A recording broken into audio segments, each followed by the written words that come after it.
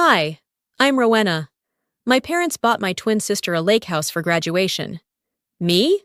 I got a smile and silence. But that wasn't the first time they made me feel like a guest in my own family. It's just the one they couldn't hide. They used my name to get that house. My ideas to build her cafe. My dream, with her name on it. And then I won the lottery, with a ticket they threw in the trash. You ever wonder what happens when the quiet one finally stops being quiet? The room was blooming with pastel colors, white roses curling up on the edges of napkins, and strings of silver balloons that spelled out one name only. Congratulations, Maris. Her name shimmered from the banners, from the menu cards, even the printed cake topper. I scanned the space again, but there wasn't a single trace of me. Not a single shared memory. Not even a to our daughters kind of sentiment.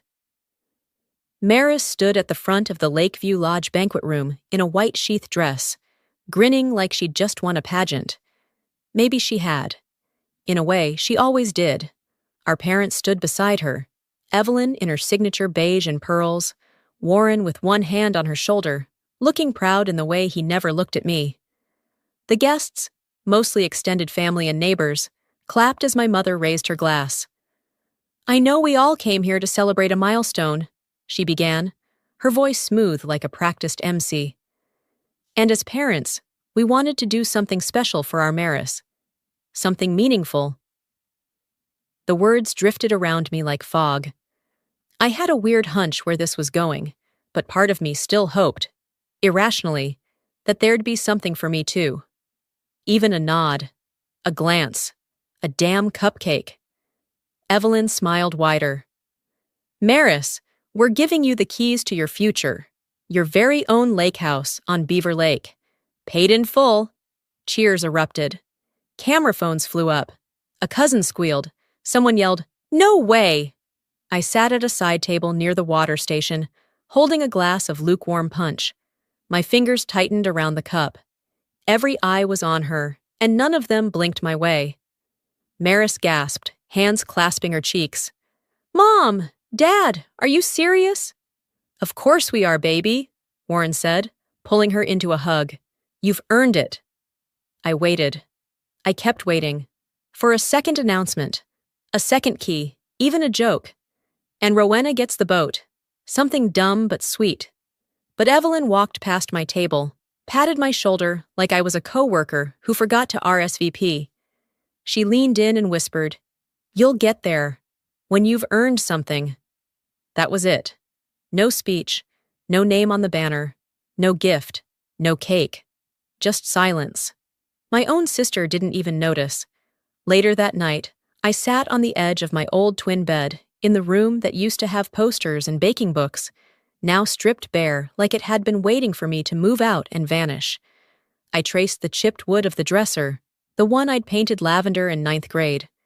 My trophies, local baking competitions, school honors, had been stored in boxes in the attic for years, while Miras's ribbons hung proudly along the staircase wall.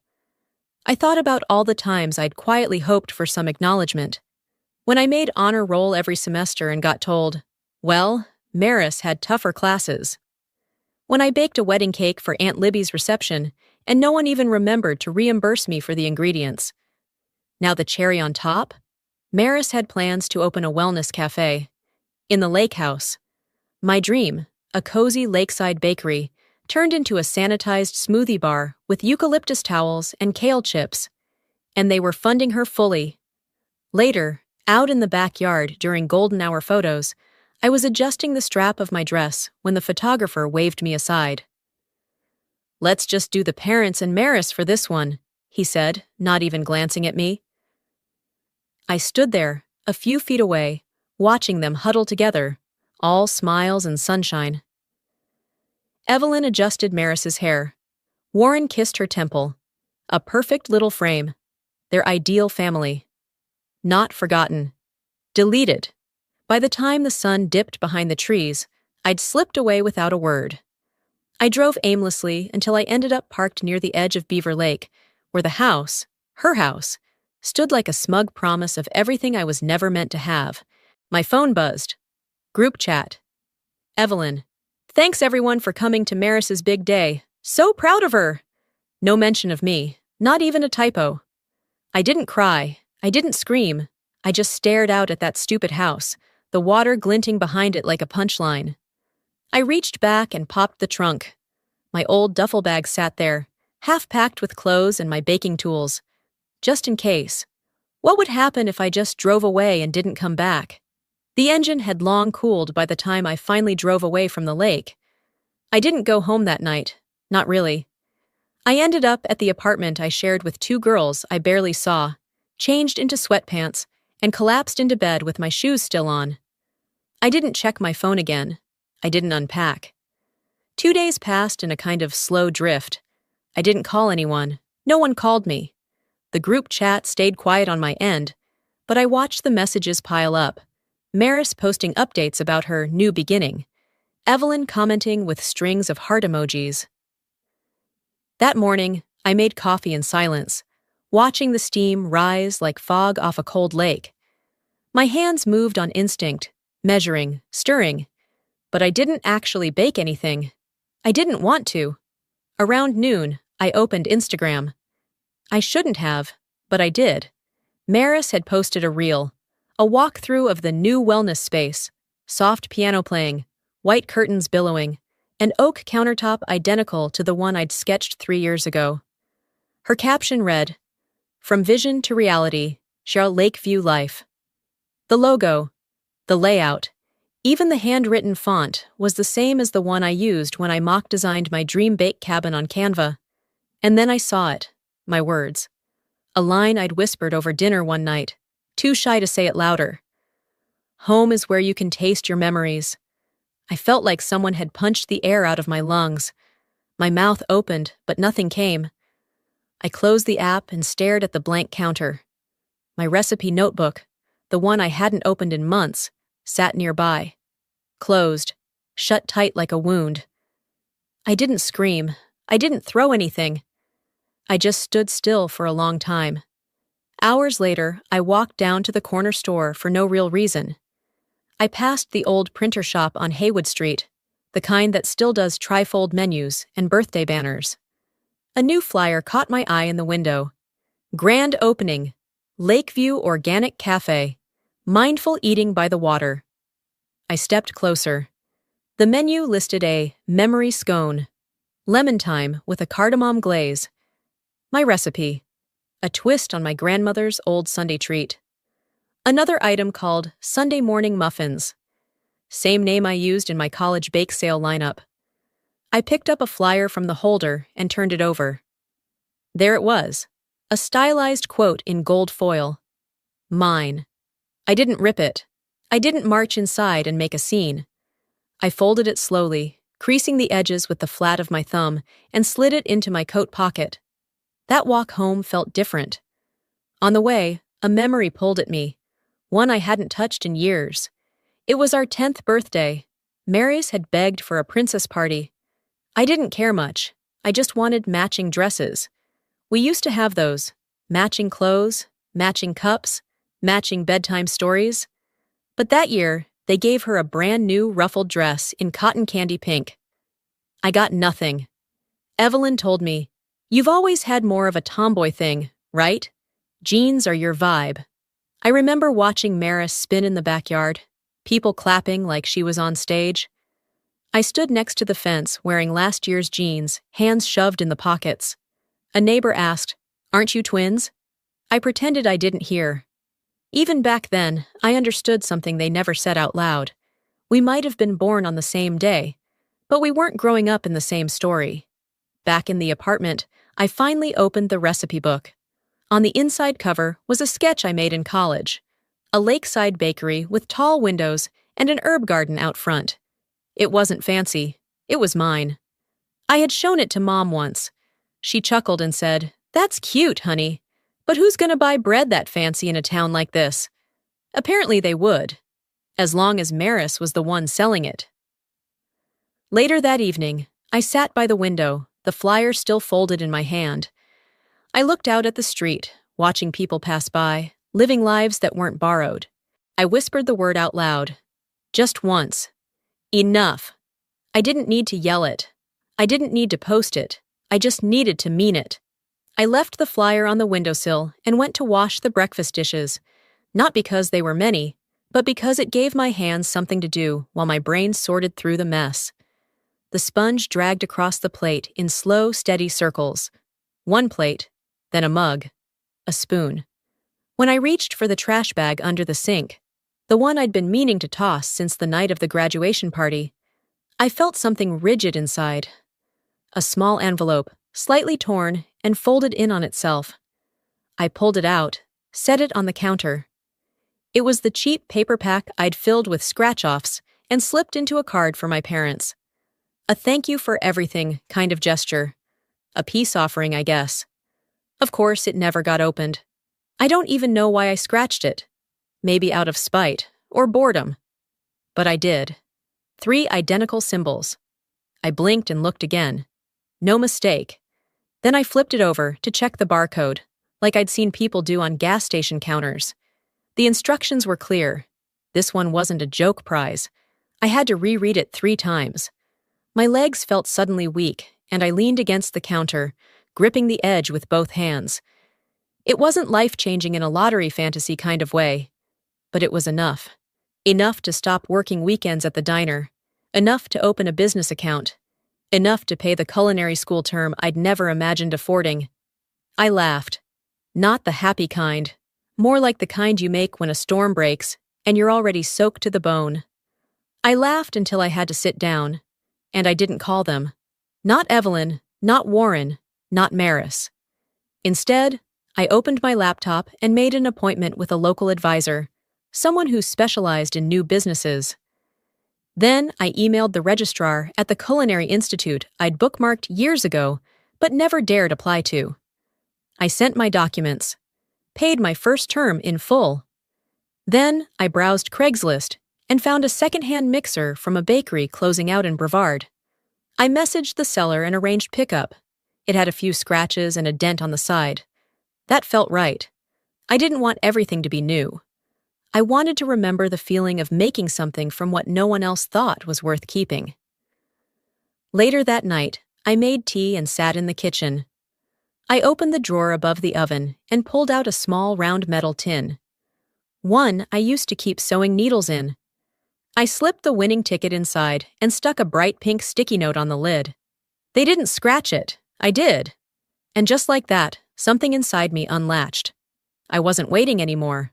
Funny thing, about 2 hours later, my phone lit up. Voicemail, Evelyn.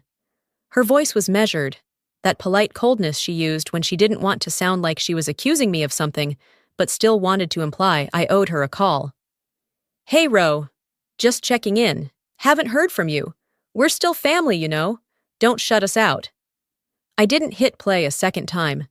I didn't save the message. I just deleted it and got up to wash my cup. The next morning, I woke early. Not because I had to, but because my brain was still buzzing. I hadn't slept well. Not after that voicemail. I couldn't stop replaying her tone, that polite frost Evelyn always wrapped her real intentions in. It was just past 7 a.m. when I left the apartment, a thermos of coffee in one hand, class notes in the other. The walk to the culinary school downtown was short, maybe 15 minutes, but I always liked giving myself more time. I didn't rush anymore, not now.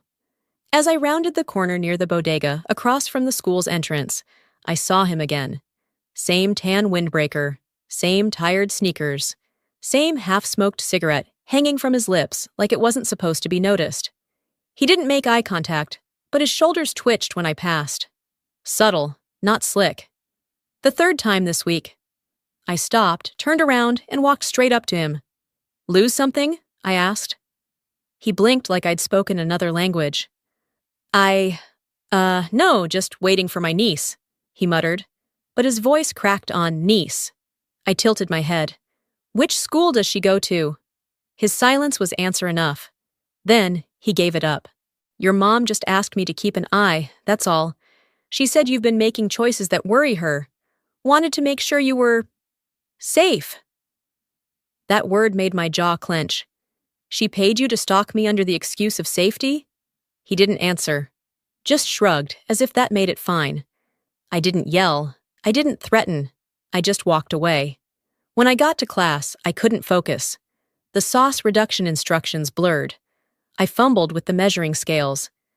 My instructor noticed but didn't say anything.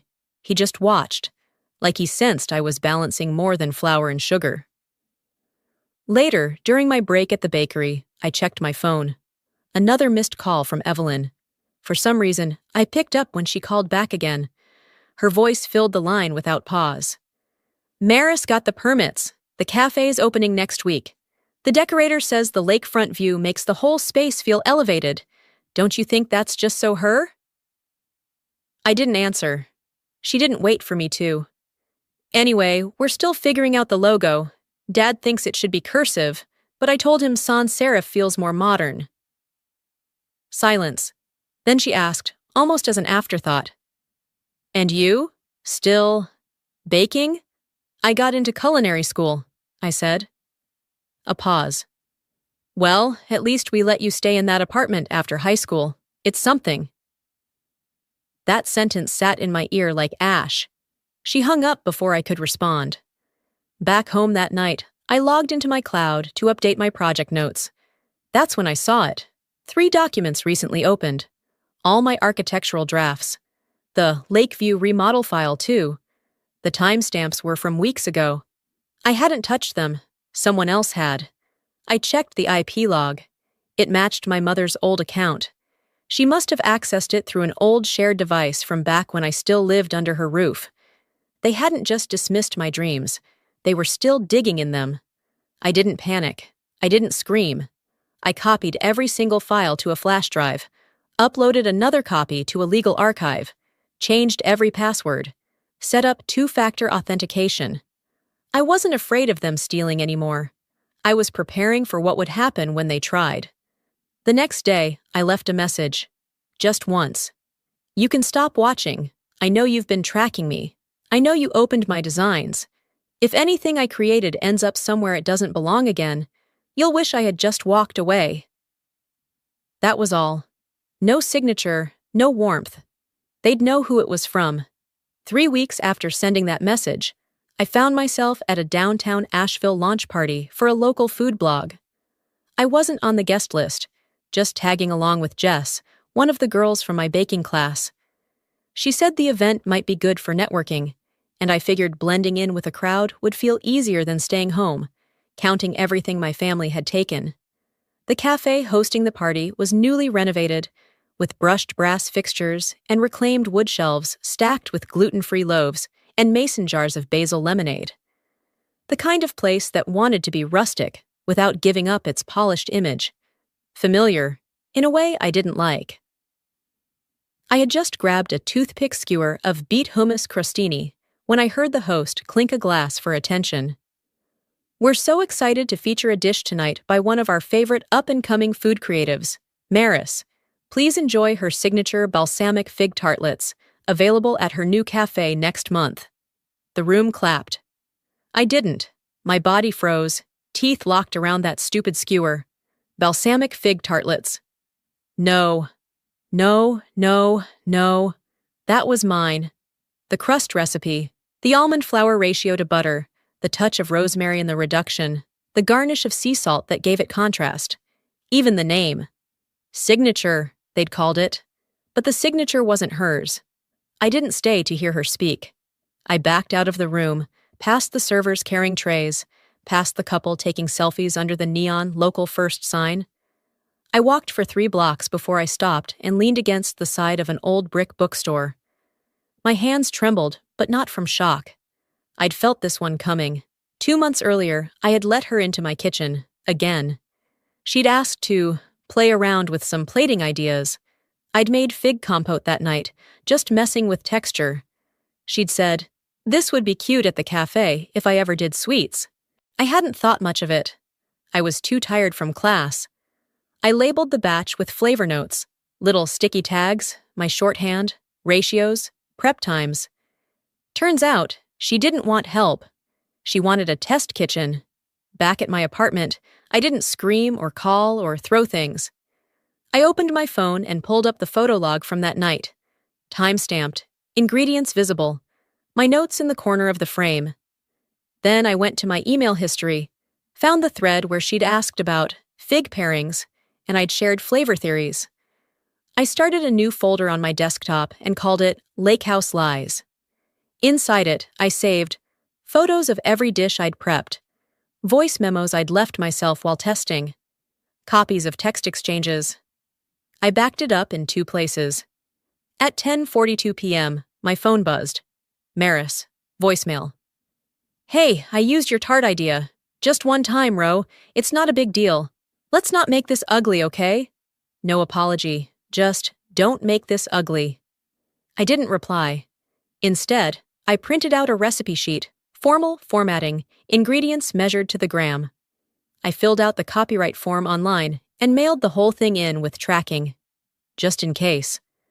Because just in case didn't sound paranoid anymore. It sounded like something a woman does when she finally knows better. The week after Maurice's voicemail, I stayed busy. I focused on baking orders from a few new clients I picked up online. Nothing huge, but enough to feel the slow burn of independence. I also submitted a microloan application to the local credit union. My plan was to buy a small used trailer, fix it up into a mobile test kitchen. Asheville had the crowd for it, and I was finally ready to move on my own timeline.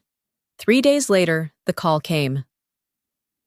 "We're sorry, Ms. Granger," the woman on the phone said, her voice too chipper for what came next. "Your loan was denied due to an outstanding mortgage on record. It looks like you already carry a sizable liability." I blinked at the wall. "A what?" She repeated herself. I asked for documentation. She emailed the full summary within the hour. And there it was, printed plain as daylight. A mortgage tied to a lakefront property on Beaver Drive. My name was listed as co-borrower. I don't remember putting down the phone, but I do remember the sound of the paper tearing under my grip right before I dropped it on the counter and grabbed my keys. The credit union sat on a quiet corner off Hendersonville Road. I walked in like I had somewhere to be in 5 minutes, because if I didn't keep moving, I might not move at all. Inside, a man named Brad met me with a practiced smile and a printout of the original application. Signature, Rowena Granger. Only, it wasn't mine. The handwriting was close. Not perfect. And the witness line? My father's. Brad offered to get the loan officer who processed it. I told him no thanks and left before I could throw up in the fake ficus next to the front desk. Back at home, I sat down with a yellow folder and started building the timeline. Pulled my last credit report. Took screenshots of every flagged transaction. Compared signature samples from my license, bank forms, my school registration. They hadn't just stolen from me. They had used me because I had the better credit. Because I'd kept mine clean, paid down a card at a time while juggling rent and classes. I contacted a woman named Patrice at my culinary school's small business clinic. She read through the paperwork and said quietly, "You know this is criminal, right?" I nodded. "And you know, if you don't take this to court, it sets a precedent. They'll do it again." That night, I filled out the civil complaint form. By the next afternoon, I walked into the courthouse and filed it. Financial fraud. Identity misuse. I checked the box for immediate family. The clerk didn't flinch, but I did. Inside. Not from fear. From finally realizing how far they were willing to go just to pretend I didn't matter. The community buzz started almost instantly. A neighbor posted on Facebook, "Pray for families in conflict. It's never too late to heal." Maris tweeted something vague about betrayal and loyalty. Evelyn, true to form, didn't hold back. She left me a voicemail, clipped and brittle. "You sue your own parents? For what? For helping you? You sound like a bitter little girl who doesn't understand how the real world works." I didn't respond. I sent my lawyer a list of witnesses instead. My professors, my advisor, even one former bank clerk I'd remembered helping Dad that year. A few nights later, while on break at the bakery, my phone vibrated until the table danced. Unknown number, voicemail, Maris again. "Hope you're happy, Ro. You've made this ugly." You always do. That same day, she posted a selfie captioned, "Betrayal never comes from strangers." She wasn't wrong. It just wasn't the slam dunk she thought it was. I muted her account, tossed my apron in the wash bin, and stepped out the back door. The air had cooled, sharp and clean like clarity. I walked to the corner bodega and paid my culinary school installment in cash at the Western Union kiosk, under my name, with my account, for my life. After the payment was made, I tucked the receipt in my bag and walked the few blocks to the bakery, not because I needed to be there, my shift had ended hours ago, but because I needed to breathe somewhere that didn't have my name on a lawsuit or a family crest nailed above the door. That was 2 weeks ago. Since then, the whispers had gotten louder. People weren't even pretending to whisper anymore. At the grocery store, the post office, even the dog park, I could feel the same questions hanging in the air, like smoke from someone else's fire. Did she really sue her own parents? Over a house? No, it was more than that. Something about a loan, her name, something serious. The local arts center was buzzing that Saturday night. Polished wood floors, cheap wine and plastic flutes, local musicians playing banjo near the snack tables.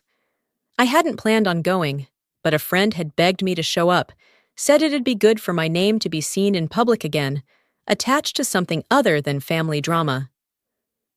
I stood in the back of the gallery room, half shadowed by a sculpture shaped like a burnt whisk, when the slideshow began. Faces of small business owners, farmers, bakers, chefs, artisans, all celebrated for community entrepreneurship. Then came the slide. There they were, Evelyn, Maris, standing in front of the lake house. The title underneath, Evelyn Granger and Family, Generational Impact in Culinary Innovation. I blinked once. I knew that photo. It had been taken 2 years ago, during a family cookout I had prepped for, styled, and, yes, photographed. I had been in the original, only now I wasn't. They had cropped me out, pasted some flowering bush in my place. Clean, polished, like I'd never existed. People clapped. Someone beside me muttered, "What a lovely family."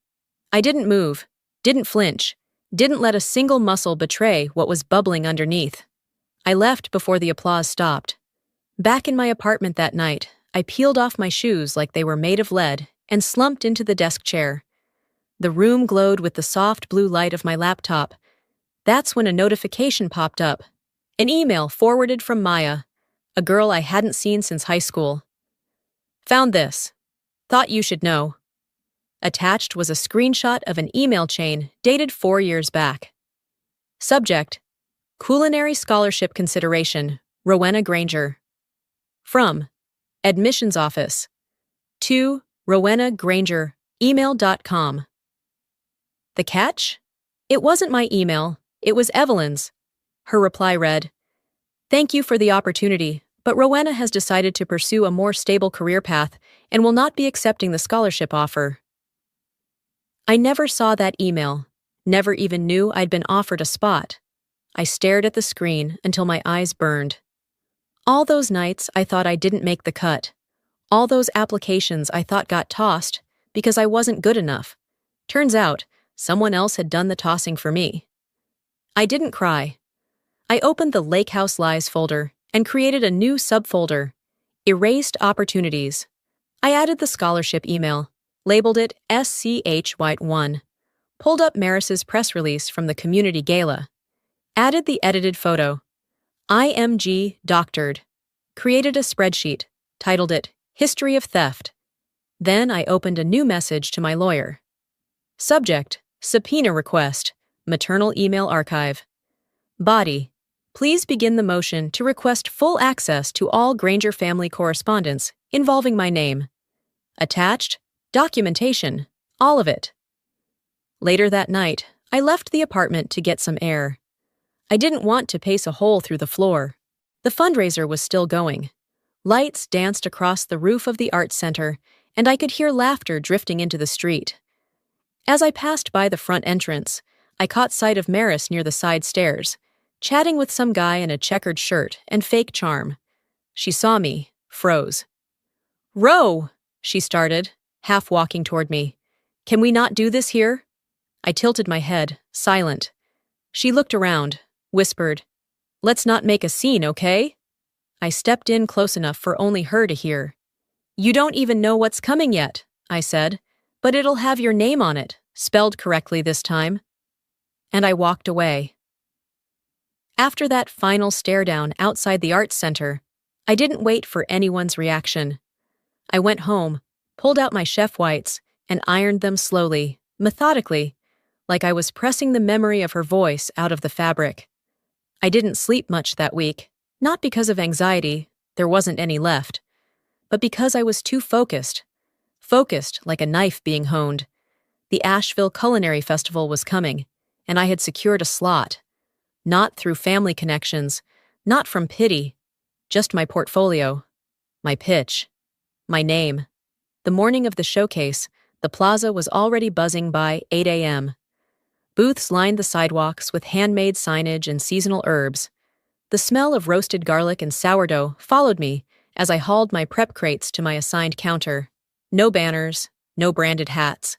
Just me, my knives, and a dish no one would expect. It was an old recipe, something my grandmother once made for Sunday supper. I had rewritten it from scratch. No shortcuts, no stolen edits. I called it Reclamation Stew, a slow-cooked, layered blend of wild mushroom confit, smoked barley, and rosemary broth. Each component had its own label on the table: sacrifice, silence, and survival. When the judges walked up, clipboards in hand, I stood straight and waited. "What inspired this dish?" one of them asked, without looking up. I kept my voice even. "Some recipes are built on stolen ingredients," I said. "This one is mine." They wrote something down. I didn't ask what. From the corner of my eye, I spotted Evelyn and Maris near the second-row tent, standing under a shade cloth with sunglasses too big for sincerity. They watched, but didn't approach. Not yet. After I served the final plate and the crowd moved on, I walked toward them. I didn't raise my voice or fake a smile. I simply handed Evelyn a white folder, its seal unbroken. No greeting, no explanation. Inside were copies of the notarized copyright forms for all the recipes they'd pilfered. Screenshots of the bank loan Maris had fraudulently co-signed with my name. And, at the top, a printed record of the scholarship email Evelyn had answered on my behalf, posing as me. I'd added one note: "You have 72 hours to settle, or it goes public." I turned and left before they could say a word. The next morning, I woke to a call from the bank. The lake house was being flagged for foreclosure. Final warning. I opened my laptop, logged into my account, and wired the remaining balance.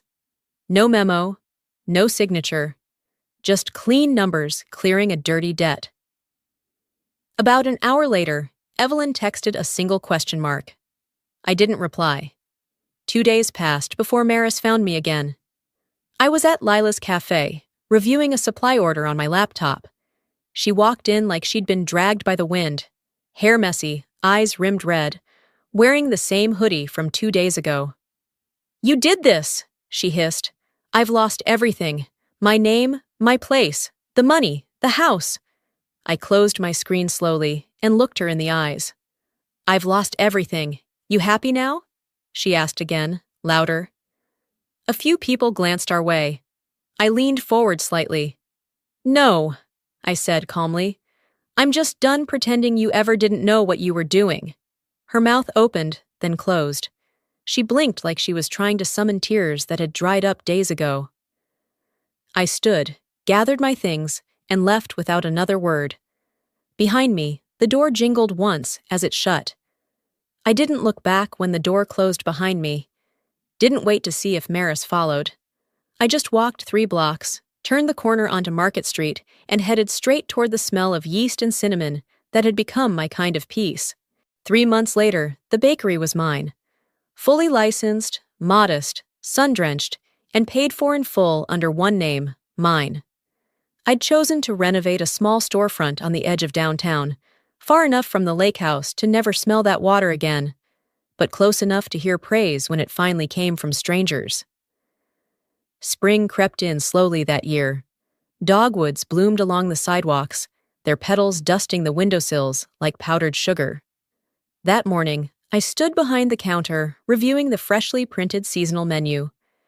I had named each item with care, each one carrying a story that didn't need retelling. One caught my eye, newly added, right near the bottom. Lake House Pie, inspired by a memory, not a moment. And underneath, in small script, some memories shouldn't be sweet. Customers loved it.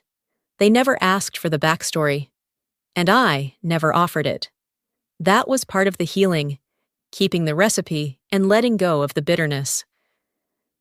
Around mid-morning, I was at the back prepping dough when Nora, one of my teenage assistants, peeked around the flour rack.